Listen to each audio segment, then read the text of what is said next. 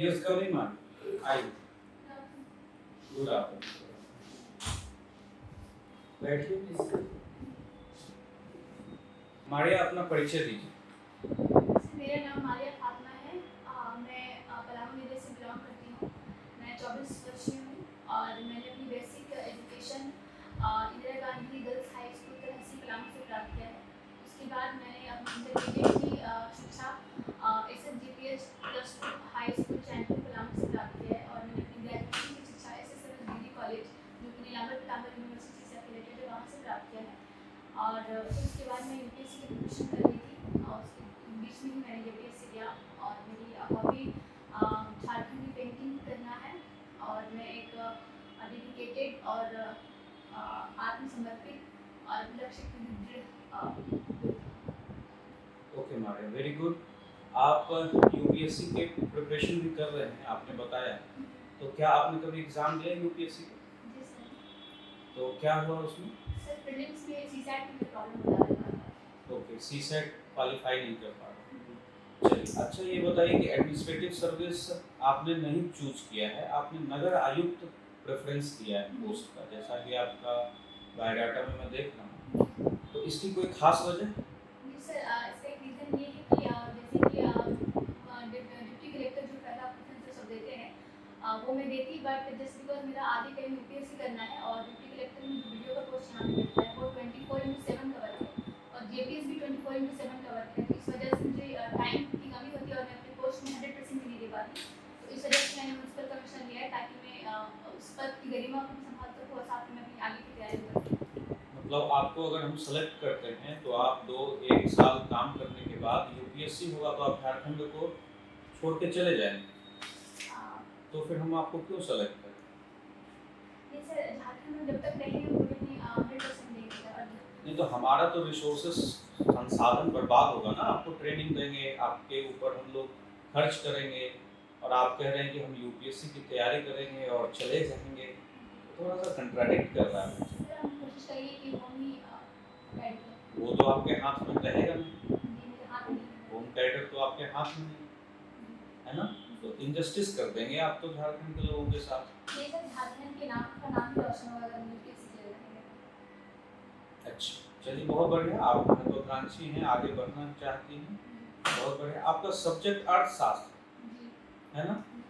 तो अभी देश में पूरे ग्रॉस नेशनल जीडीपी का टोटल डेब्ट कितना है, कर्ज कितना है? 90%। 90%, वेरी गुड। तो ये बहुत कम है, बहुत ज़्यादा? बहुत ज़्यादा। बहुत ज़्यादा। कितना होना चाहिए? सर इतना ज़्यादा नहीं होना चाहिए था, अराउंड 40-50% के अराउंड होना नहीं, चाहिए। अराउंड 40-50 नहीं, एग्जैक्ट कुछ होता है क्या? आप इकोनॉमिक्स ग्रेजुएट हैं तो थोड़ा सा मैं उम्मीद करूंगा कि आप थोड़ा सा प्रतिशत फिगर जो है वो क्लियर बताइए। सर फिगर मुझे ऐसा लगता है कि 30-40% की नहीं, ये एग्जैक्ट आपको याद नहीं है, ये this is the perfect answer, exact याद नहीं, ठीक। अच्छा ये बताइए कि अभी ये जो कर्ज लिया जा रहा है 90% हो गया, इसके बारे में आपका ओपिनियन क्या है? कि कैसे ये हम लोगों से संभव होगा? क्या ये कर्ज हम लोग उतार पाएंगे या फिर 1991 जैसा माहौल हो जाएगा कि बहुत ज़्यादा राजकोष से घाटा होगा? आखिर क्यों सरकार इतना कर्ज ले रही है?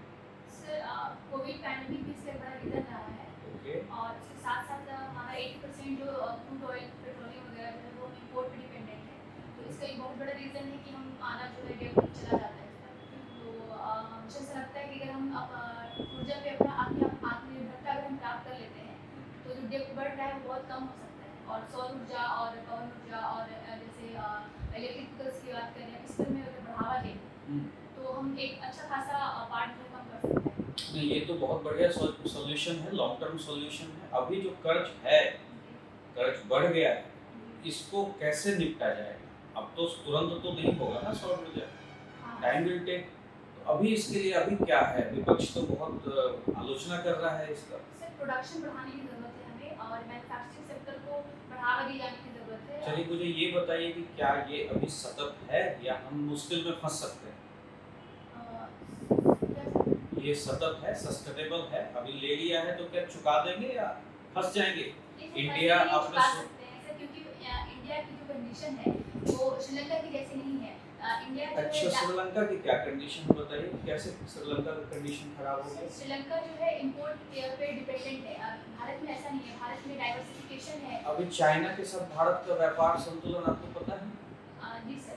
कितना हुआ है 2022 के क्वार्टर वन में? व्यापार हमारा व्यापार संतुलन चाइना के साथ 15% है, और हम लोग चाइना से बहुत ज़्यादा आयात करवाते हैं। आयात हमारा बहुत ज़्यादा है सर, सरप्लस में चाइना है अगर हम घाटे में जाएं। तो श्रीलंका के जैसा हमारा हाल हो सकता है। सर हो सकता है, बट इसके अलावा भी हम जितना जो श्रीलंका जो है वो इम्पोर्ट से डिपेंडेंट है, और इंडिया जो ऐसा नहीं है। इंडिया का जो सोर्स ऑफ इनकम है वो बहुत ज़्यादा डाइवर्सिफाइड है, तो इस वजह से हम इंडिया में क्या है वैसे, 3 चीज़ बताइए जिससे भारत की इकोनॉमी ग्रो कर सके।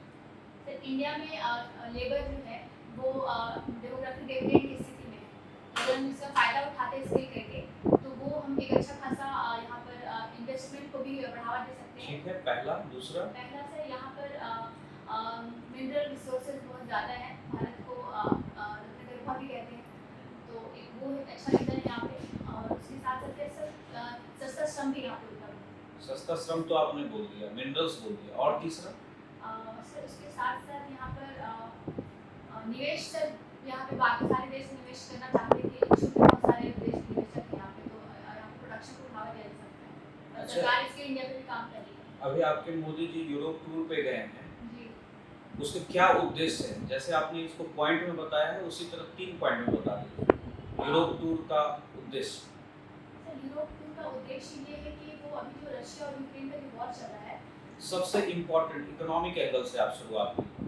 हाँ सर इकोनॉमिक एंगल ये है कि इन्वेस्टमेंट को वो लाना चाहते हैं, बहुत बढ़िया, पहला। दूसरा जो है पावर सेक्टर में हम बिल्कुल, करना बहुत चाहते बढ़िया, हैं। ठीक है, आई गॉट सेटिस्फाइड।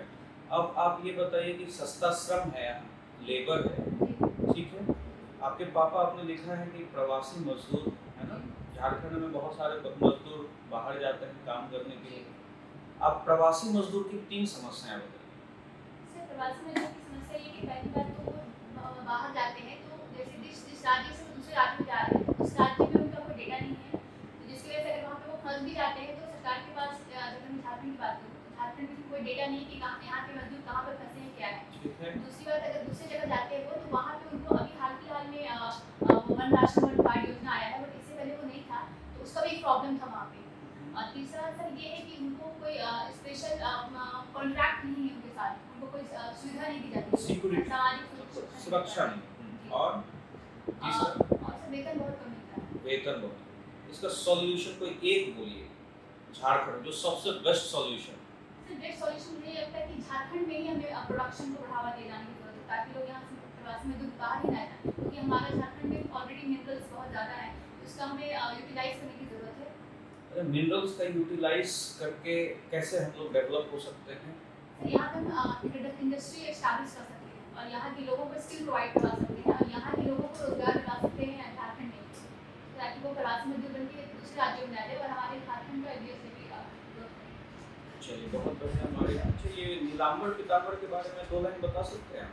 नीलांबर पीताम्बर झारखंड राज्य के गढ़वा जिले के चिबू सन्या गांव के में उनका जन्म हुआ था 10 जनवरी 1823 ईस्वी में। वो झारखंड में 1857 की स्वतंत्रता के संग्राम में उन्होंने भाग लिया था, और उसके खिलाफ उन्होंने खैरवार जाति और चेरो जनजातियों की जागीरदारों को मिलाकर अंग्रेजों के विरुद्ध लड़ाई लड़ी थी, और एक कमान संभाला जिन्होंने 1857 संग्राम का, और इसके बाद अंग्रेजों ने आम के पेड़ के नीचे डस्टबिन में फांसी दे दी। अच्छा, चेरो जनजाति से मुझे याद आया, आप पलामू में हैं, पलामू से हैं। चेरो वंश के सबसे महान शासक किसको माना जाता है? मेदिनी राय। चलिए, बहुत बढ़िया। अच्छा, आप नगर आयुक्त अगर हैं और आपके पास संसाधन बहुत कम है, ठीक, तो नगर आयुक्त क्या कर सकता है संसाधन बढ़ाने के लिए?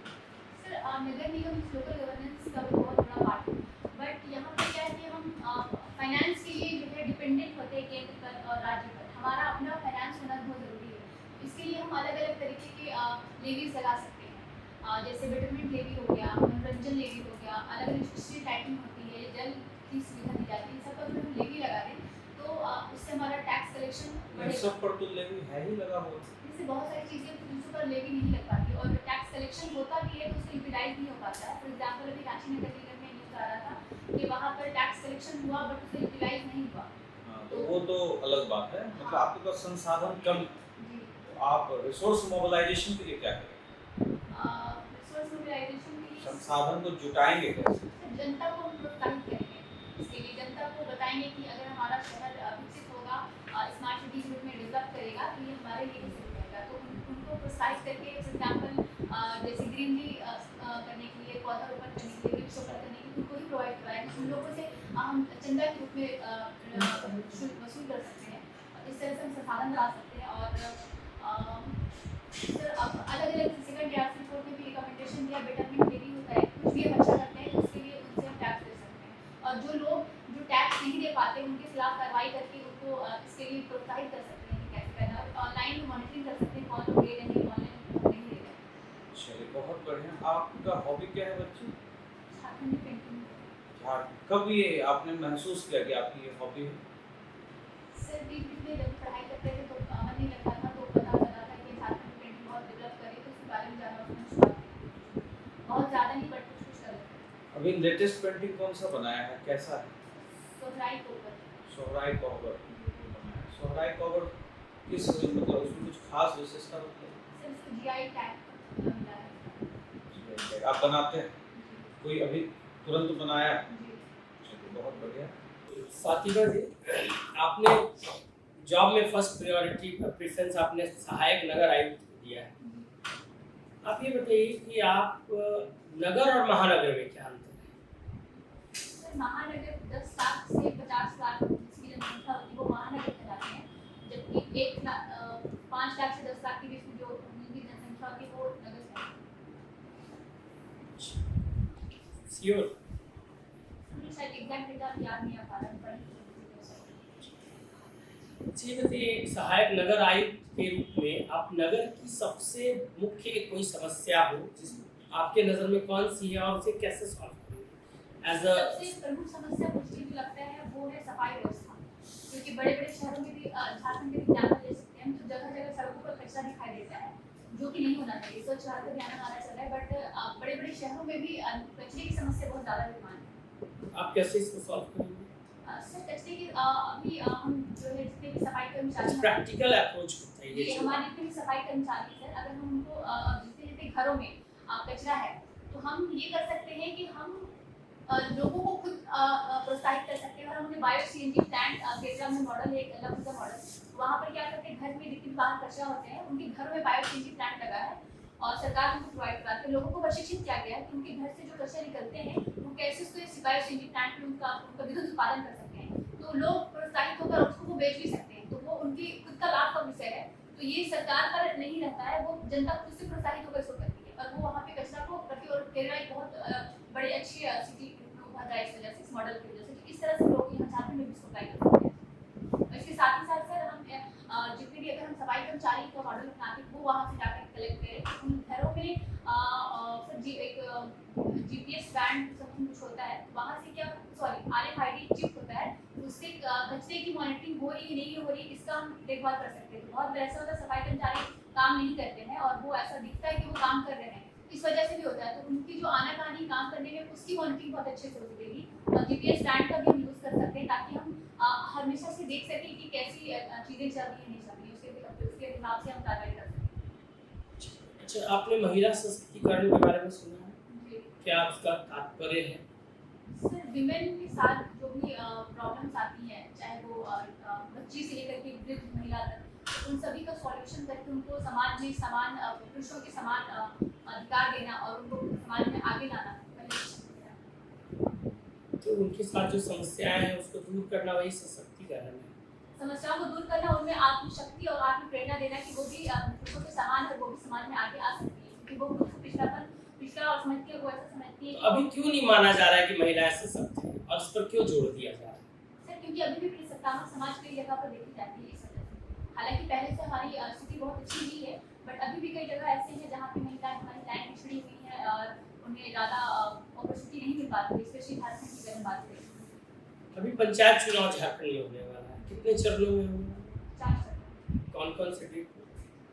14 मई से 31 मई तक है, एग्जैक्ट मुझे सबकी सनद याद नहीं है। यहाँ पे जो पंचायत पंचायती राज संस्था है वो कितने स्तरीय है? और 3 स्तरीय, कौन कौन? ग्राम पंचायत लेवल पर और एक पंचायत समिति और जिला परिषद। जिला परिषद का अध्यक्ष कौन है? उसको क्या बोलते हैं? जिलाधिकारी। जिलाधिकारी।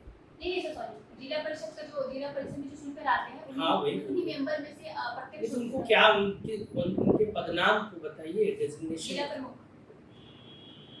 अच्छा ये बताइए, आप यहाँ के संस्कृति से तो आप इंटरैक्ट होंगे, आप मेरे को बताइए जनजाति और आदिम जनजाति में क्या फर्क है? आपने सुना है ना? जी सर, जनजाति मीन्स होता है जो पिछड़े हुए होते हैं, बट आदिम जनजाति मतलब होता है वो अत्यधिक पिछड़े होते हैं और उनकी जो है लिखित संस्कृति नहीं होती है और वो समाज से ज़्यादा रूबरू नहीं होते हैं। ये कैसे लिखित संस्कृति, कैसे आप कोई बोल सकती हैं? लिखित संस्कृति तो है। जैसे पीवीटी जो होते हैं तो उनको बाहरी संस्कृति से बहुत ज़्यादा लेना देना नहीं होता है। जैसे अंडमान निकोबार में है, सेंटिनलीज हो गए। तो मैं यहाँ की बात कर रहा हूँ, आप यहाँ बताइए आदिम जनजाति और जनजाति में क्या बेसिक एक फर्क बताइए, क्या बेसिक उनके बीच अंतर है? अच्छा आप ये बताइए, आप पेंटिंग आपने हॉबी रखा है, तो आपने अभी बताया सबको कि आपने सोहराय पेंटिंग बनाया है। सोहराय पेंटिंग की कोई विशेषता बताइए जो अदर पेंटिंग चित्रकला शैली से उसको मतलब एक विशिष्ट पहचान प्रदान करता है। सोहराय पेंटिंग में जो है पशु पक्षियों के चित्र बनाए जाते हैं, जबकि बाकी में जैसे कोबर हो गया या बाकी जितने भी जादू पट्टियाँ वगैरह है वहाँ पर पशु पक्षी बनाए जाते हैं, वहाँ पे वर वधू और वैवाहिक संबंध के चित्र बनाए जाते हैं। सोहराय में पशु पक्षी और पर्यावरण के चित्र बनाए जाते हैं। आपने बोला कोहबर में और जादू पट्टिया दोनों में वर वधू बनाए जाते हैं। क्या सर? कोहबर और जादू पट्टिया जो आपने चित्रकला शैली बोला, क्या दोनों में बनाए जाते हैं वर वधू? नहीं, सिर्फ कोबर बनाए जाते हैं। जादू पट्टियों में रामायण महाभारत इन सब के बनाए जाते हैं। अच्छा ये बताइए, आपको यदि आपके क्षेत्र में पलामू में यदि आपको एज अ प्रशासनिक अधिकारी पोस्टेड कर दिया जाए तो वहाँ की ज्वलंत समस्या का समाधान आप कैसे करेंगे? सर, ज्वलंत समस्या मुझे ऐसा लगता है वहाँ पर विमेन एम्पावरमेंट बहुत ज़्यादा कम है, तो वहाँ पर विमेन को हम कोशिश करेंगे कि उनको आगे लाया जाए। उनको जैसे अगर जो लड़कियाँ शिक्षा में आगे बढ़ना चाहती हैं तो उनके शिक्षा के आधार पर उनको बढ़ावा दिया जाए, और जो लड़कियाँ शिक्षा में बहुत रुचि नहीं है उनको व्यवसायिक आधार पर हमको बढ़ावा दिया जा सकता है। फॉर एग्जाम्पल कोविड-19 में वहाँ की जिलाधिकारी ने एक कोयल आजीविका पार्क करके प्रोडक्शन स्कीम था, वहाँ पे मास्क और सैनिटाइजर का प्रोडक्शन किया गया था। इस आधार पर बहुत सारी विमेंस को बहुत फायदा हुआ और वो एक व्यवसायिक मंच हो रही है। तो इस तरह की चीज़ें हम और भी अलग अलग स्तर पे कर सकते हैं, तो विमेन एम्पावरमेंट बढ़ सकता है।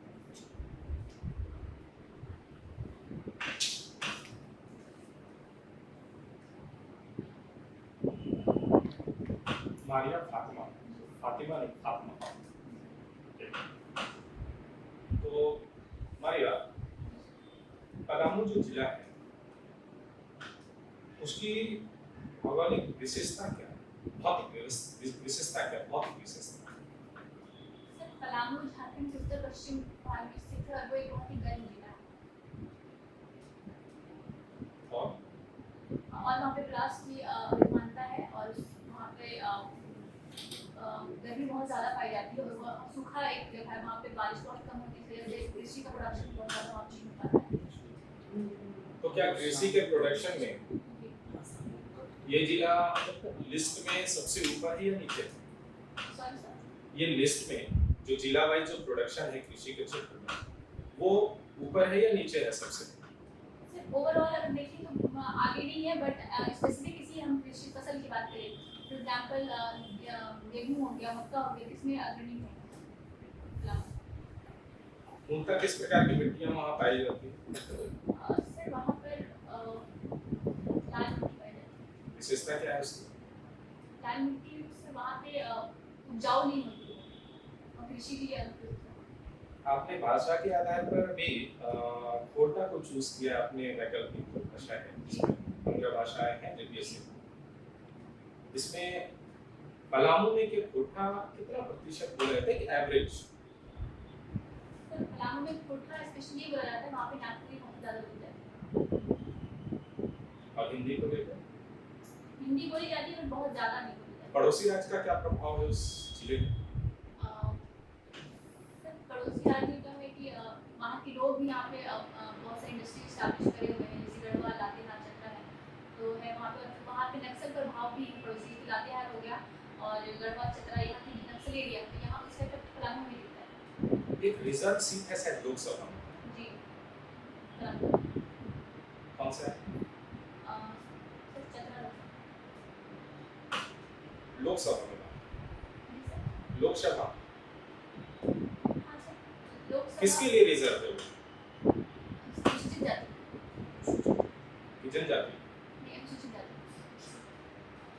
चूंकि खोटा विषय आपने लिया है और नागपुरी बोली जाती है, आपका रुचि इसमें कैसे है? सर मेरे घर में नागपुरी नहीं बोली जाती और जहाँ पे मैं रहती हूँ वहाँ पूरे गांव में नागपुरी नहीं बोली जाती और तो इस वजह से खोटा वहाँ पे लोग वहाँ पे बोलते हैं उस गाँव में, तो इस वजह से मेरी वहाँ जाती है, मैं सक्षम हुई बोलने में उसको अभी नहीं, तो आप खोटा बोले? थोड़ा बहुत ज़्यादा। खोटा जिले में खोटा जो बोलने वाले हैं ऐसे अपने राज्य में कितने ऐसे मैक्सिमम जिले हैं, एरिया वाइज अगर बता दें कौन कौन से जिले हैं जहाँ समानता बोली जाती है? हजारीबाग, चतरा और रांची, पश्चिमी सिंहभूम और लोहरदगा, लातेहार, खोटा बोली जाती है। पलामू में अभी रिसेंट इंसिडेंट्स कुछ ऐसा हुआ है क्या जिसको आप बतला पाएं? इस सेंस में समस्या को लेकर के, चाहे सामाजिक हो, राजनीतिक हो, चाहे आर्थिक समस्या हो? अभी एग्जैक्टली वैसा तो कुछ नहीं याद नहीं आ रहा। पलामू साक्षरता के दृष्टिकोण से कितने नंबर पे अभी है? सर वहाँ पे 73% साक्षरता है। महिला की बात करें, सशक्तिकरण की बात करें इसमें, तो आप स्वयं सहायता समूह को किस दृष्टिकोण से देखते हैं? स्वयं सहायता समूह महिला सशक्तिकरण में एक प्रेरक रूप में कार्य कर सकता है। जैसे कि मैंने बोला कि मास प्रोडक्शन और सैनिटाइजर प्रोडक्शन हुआ था पलामू कोविड-19 के टाइम पे, तो वो जिस सेल्फ हेल्प ग्रुप के माध्यम से ही हुआ था।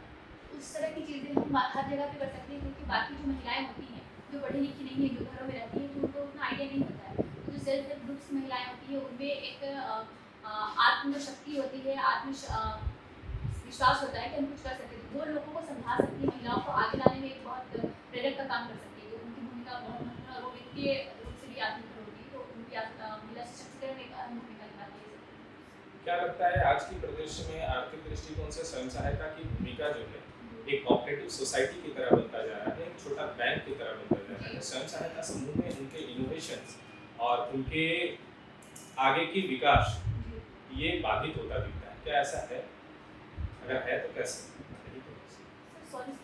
ये स्वयं सहायता समूह जो है इसमें लोग एक कोऑपरेटिव सोसाइटी की तरह देखते हैं, है ना?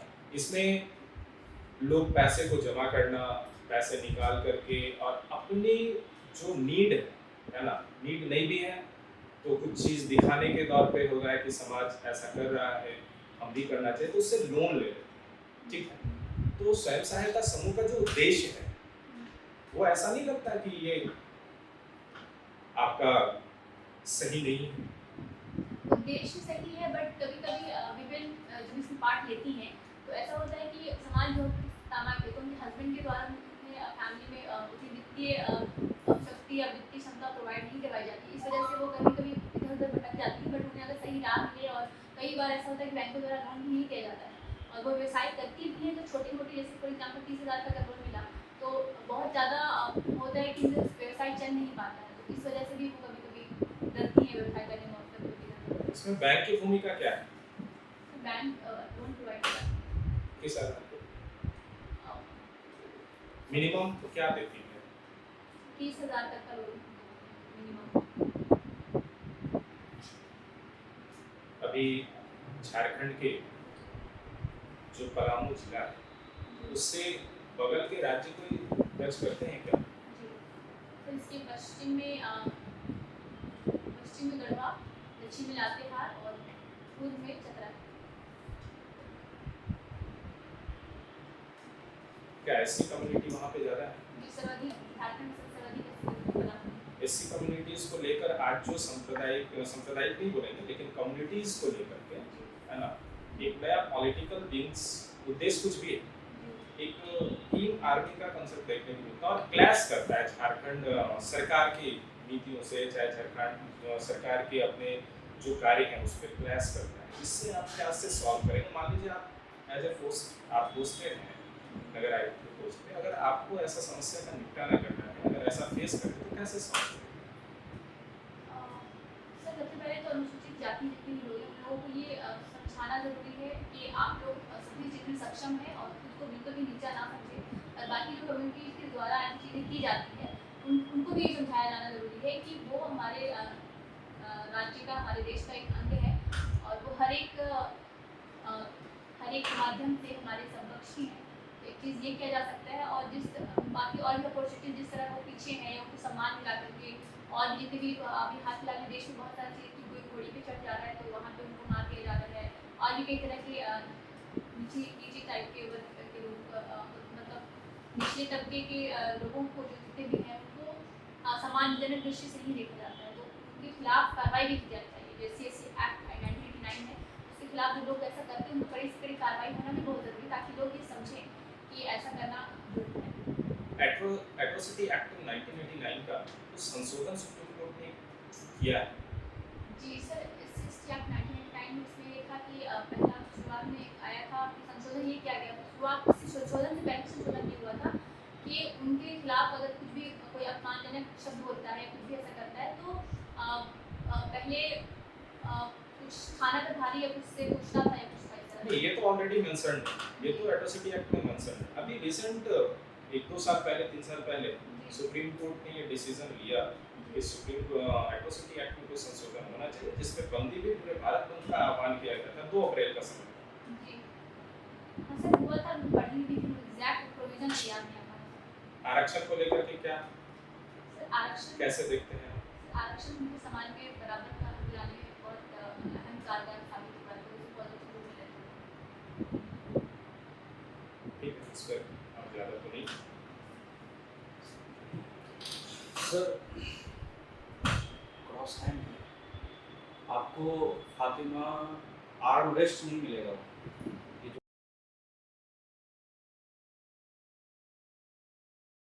आर्म रेस्ट है ना, चेन, ये नहीं मिलता। आप ये क्रॉस हैंड बिल्कुल भी गलत पोजीशन, बिल्कुल आपको दोनों थाई पे हाथ रखना है। कभी एक आध बार आप बॉडी मूवमेंट कर सकते हैं, लेकिन बहुत ज़्यादा हाथ का मूवमेंट भी आर्म रेस्ट वहाँ होगा ही नहीं। तो सर सही कहें।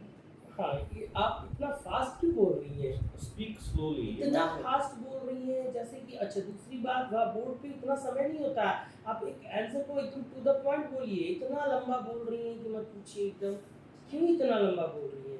मैंने आपसे बोला कि आप एक सहायक नगर आयुक्त के रूप में क्या कार्य करेंगी, आप समस्या तो आपने ठीक बोला, एकदम मेरे जो दिमाग में था कि मैं आपसे वही आंसर सुनना चाहता हूँ, मैंने सुना, लेकिन आप इसको कैसे सॉल्व करेंगी, इतना क्यों बोल रही हैं? आप जो बोली लास्ट वाला वो केवल बोलिएगा, आपसे पूछा जाएगा ये, और आपने जो बोला 2 डिवाइसेस वगैरह यूज करेंगे वो बताइए ना, है ना, टू द पॉइंट बोलिए, एकदम टू द पॉइंट जो बोलते हैं। बिल्कुल बिल्कुल वही मैं सुनना चाह रहा था, बताना था सर। बिल्कुल। आप एक्स्ट्रा वहाँ पे क्या बोली? आप एक्स्ट्रा बोली कर्मचारी को, क्या बोली हमको समझ में नहीं आ रहा था, इतना मत बोलिए। एक्चुअली क्या एक्सपेक्ट करते हैं कि बी स्पेसिफिक, मतलब हाँ, to the point, to the point. ठीक है। और आप किसी भी आंसर को इतना लंबा खींच रही है, नहीं खींचे, सुधारिए। अच्छा, आप आदिम जाति और ये यहाँ का जो रीजनल कल्चर है उसके बारे में एकदम पूछना ही पूछना है, एकदम ये माइंड मेकअप करके चलिए। पिछले बार हर बार का रिकॉर्ड है, जैसे मेरा जो भी हुआ, दोनों बार का मेरा एक्सपीरियंस है। एक बार मेरे से वो लोग सरगम और अखरा पूछे थे, फिर JPSC में तो सिलेक्शन नहीं हुआ।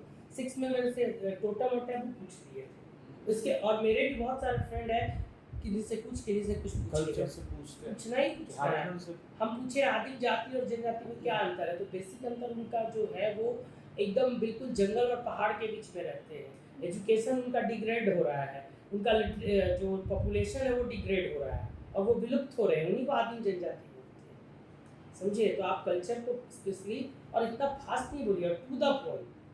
पॉइंट बोलना है एकदम बहुत ज्यादा उनके पास इरिटेट हो जाएंगे, समझे, ये आपका निगेटिव एस्पेक्ट हो जाएगा कि आपको इरिटेट होकर मार्क्स कम देंगे। मारिया, क्रॉस हैंड तो बिल्कुल भी नहीं करना है, वहाँ आर्म रेस्ट होगा ही नहीं, और स्पीक स्लोली, कोई हड़बड़ी नहीं है, बड़े आराम से स्पष्ट बोलिए। थोड़ा सा इस पे आप मिरर के सामने वर्कआउट कीजिएगा, बोल बोल के देखिएगा। और एक ब्लंडर आपने किया है, बहुत ज़्यादा blunder, you are preparing for UPSC, please नहीं बोलना है इसको। आप 2017 में ग्रेजुएट हैं, उसके बाद आपके पापा प्रवासी मजदूर हैं, make some story, why you are saying कि यू विल लीव जेपीएससी। आप ये भी गलत और ब्लंडर मिस्टेक था, आपको बिल्कुल भी नहीं लेंगे। हम यूपीएससी की तैयारी कर रहे हैं। बच्चे आप अच्छे हो, you are preparing, you have ambitions, very good, लेकिन उनको तो अपने लिए अधिकारी चाहिए ना, फिर वो आपको क्यों सेलेक्ट करेंगे? ये बिल्कुल भी नहीं, आपके पास स्टोरी है, आपका बैकग्राउंड, आपका स्टोरी है कि 2017 में आपने पास किया, आपके पापा प्रवासी मजदूर हैं, आप मेक सम स्टोरी, आपने गरीबी देखे में, और आपका इंट्रोडक्शन भी डल था, सिर्फ नाम सफिशिएंट नहीं है इंट्रोडक्शन, मेक सम स्टोरी दे, ताकि गिव देम क्लू, आप उनको कुछ क्लू दीजिए, जैसे कि आप इंस्पायर्ड हुए, आप बनना चाहते हैं। मैं अपनी घर की गरीबी तंगी से देखकर, मेरे पापा, हम तो छोटे छोटे थे, हम लोगों को छोड़ के और बाहर काम करने जाते थे, मदर मेरी पारा टीचर है, मुझे प्रॉब्लम थी, मैंने देखा, किसी से इंस्पायर हुई, मेक सम स्टोरी। अगर वो पूछेंगे कि डिप्टी कलेक्टर को छोड़ करके क्यों उनको, हाँ, तो इसलिए कि मैं, मतलब जो मेरा फैमिली बैकग्राउंड है, मेरे पापा बीमार रहते हैं, यहाँ भी मेक सम स्टोरी। मेरी मम्मी हमेशा गांव में रही है, उसको परेशानी है, मैं चाहता हूँ कि वो लोग आगे की लाइफ अब मेरे नगर में आ गए, बस मेक सम स्टोरी। हो सकता है ऐसा, बिल्कुल ये गलत नहीं, आप अपने परिवार के लिए, अपने लिए, अपने समाज के लिए भी कर रहे हैं, आपको एक पोजीशन चाहिए, ओहदा चाहिए, है ना, और आप काम करेंगे ही। और ऐसा नहीं है कि कोई भी पोस्ट एक दूसरे से किसी एंगल, महानगर है तो वहाँ भी चैलेंजेस हैं, आप अगर नगर आयुक्त भी बनते हैं तो चैलेंजेस आर देयर। तो ऐसा तो नहीं है कि आपको कहेगा अच्छा आप शहर में रहने के लिए आ रहे हो, ऐसा नहीं, ऐसा एक ही रीजन नहीं हो सकता, क्योंकि आपका बैकग्राउंड है, आपकी पॉवर्टी है, आपके मदर फादर का बैकग्राउंड है, तो मेक सम स्टोरी। प्लीज़ कभी नहीं कहना है यूपीएससी की तैयारी कर रहे हैं, बहुत निगेटिव हो जाएगा। और आप कहते नहीं, हैं फिर ये सवाल भी उठ सकता है कि तो फिर आप बोल रही हैं यूपीएससी का तैयारी कर रहे हैं और इस पोस्ट पे रह के पढ़ाई कैसे करेंगे? फिर आप तो पढ़ाई करेंगे, आप कंप्रोमाइज आप कंसंट्रेट तो नहीं हो पाएंगे। और आप ये अपने स्पष्ट कह रहे हो उनको कि मुझे वहाँ 24/7 काम करना पड़ेगा, और इसलिए मैं काम चोरी करने के लिए यहाँ आ गया। ये बहुत, आप ये सबसे जस्टिफिकेशन बड़ा इनका फॉल्ट था, ये आपका बहुत बड़ा ब्लंडर। तो बोला ही नहीं। बिल्कुल नहीं बोलना है, make some story, you have some story, आपके पास है। देखिए, जो आंसर बोलिए ना एकदम डिप्लोमेटिक होना चाहिए, जो आप लगे उसको जस्टिफाई वो कर पाए कि हाँ आपने सही में नहीं, और आप जो बोल रही हो बनावटीपन लग रहा है। आपको जेन्युइन में बता, आपका तो बैकग्राउंड है ना, लेकिन आप क्लियरली देखिए, इतनी ईमानदारी बहुत नहीं है अच्छी कि हम यूपीएससी के लिए यूपीएससी कर रहे हैं, ठीक है, और बस इतना। सर बॉडी लैंग्वेज ज़्यादा इंट्रोडक्शन को थोड़ा सा इंस्पिरेशनल बनाइए कि कैसे आप इंस्पायर्ड हुए, ओनली नेम बोलिंग आपको बताइएगा। जैसे मैं बोलूँगी मेरा नाम आलिया फातिमा है और मैं 24 वर्षीय हूँ। 24 वर्षीय भी नहीं भी बोलेंगे तो मेरा नाम आलिया फातिमा है, मैं पलामू जिले से बिलोंग करती हूँ। बिल्कुल। मैंने अपनी बेसिक एजुकेशन पलामू में कराती है, उसके बाद मैंने 7 साल आपके एजुकेशन में कुछ ऐसा मूवमेंट है जहां आपको बड़ी उपलब्धि मिली है? तो ऐसे कुछ खास नहीं। कोई बात नहीं, फिर छोड़ दीजिए। कोई ऐसा मूवमेंट जब आपको कोई स्कूलिंग के दौरान, ग्रेजुएशन के दौरान कोई प्राइज मिला हो, कोई स्कॉलरशिप मिला हो, अगर सर स्कूल में एजुकेशन में फुली उसको बताइए। बेसिक एजुकेशन जब कर रहे थे तो वहाँ पे स्कॉलरशिप भी मिला था, और ग्रेजुएशन के टाइम पे इसको बताना है ना, इसको बताइए। उसके बाद इंस्पिरेशन, वो इंथुसियाज्म दिखना चाहिए कि आप क्यों इंस्पायर्ड हैं, तो उसके पीछे की कहानी बतलाइए कि चूंकि मैं ऐसा रीजन था, that's why I wanted to become a CA, give them some clue, ताकि वहाँ से आपसे क्वेश्चन पूछें, है ना। तो आप सिर्फ इंट्रोडक्शन, मेरा नाम, देखिए सभी लोग वहाँ जाएंगे, मेरा नाम मारिया है, मेरा नाम रमेश है, मेरा नाम सोहन है, make make your interview interesting. Or I will suggest you watch all Google Meet sessions on YouTube. You will learn. ठीक है, वहाँ पर बहुत सारे बच्चों को देखेंगे जिससे आपको फायदा मिलेगा. ठीक है, आपको ना फिर भी हम लोग 65 तक दे देते मार्क्स, लेकिन जो आपने ब्लंडर किया है इसलिए आपको मात्र 43 दे रहे हैं, जो यूपीएससी वाला ब्लंडर किया है. ठीक है, तो 65 तक मिलता. क्योंकि एक चीज आपका आप सुधार करेंगे आप. अभी क्या है कि आप जो बोल रहे हैं, जो क्वेश्चन मैंने किया उस क्वेश्चन को आपने लिया, ठीक है, आंसर दिया, लेकिन बीच में जाकर रुक जा रहे हैं. यानी उसमें पूरी जानकारी है आपको, तो उसको लेकर के आगे बढ़ना है. नहीं है बीच में नहीं रुकना है. बीच नहीं जानना, क्लियर कर. सॉरी बोलना सीखिए ना. सॉरी बोलिए, गलती से ज्यादा बेस्ट है सॉरी बोलिए, उसमें मार्क्स नहीं कटते. वो कर लीजिए. उसमें मार्क्स नहीं. गलत बोल के फिर बीच में सॉरी बोलना कि नहीं मुझे याद नहीं है, मैं नहीं जानती, वो गलत है. तो जैसे मैंने एट्रोसिटी एक्ट का पूछा, आप कोर्टा के विषय में पूछा आपसे, तो उसमें थोड़ा फंसे, इसलिए उसको क्लियर करें कि हाँ ठीक ठीक. ठीक. वो गूगल मीट का सेशन देखना. ठीक है, सारे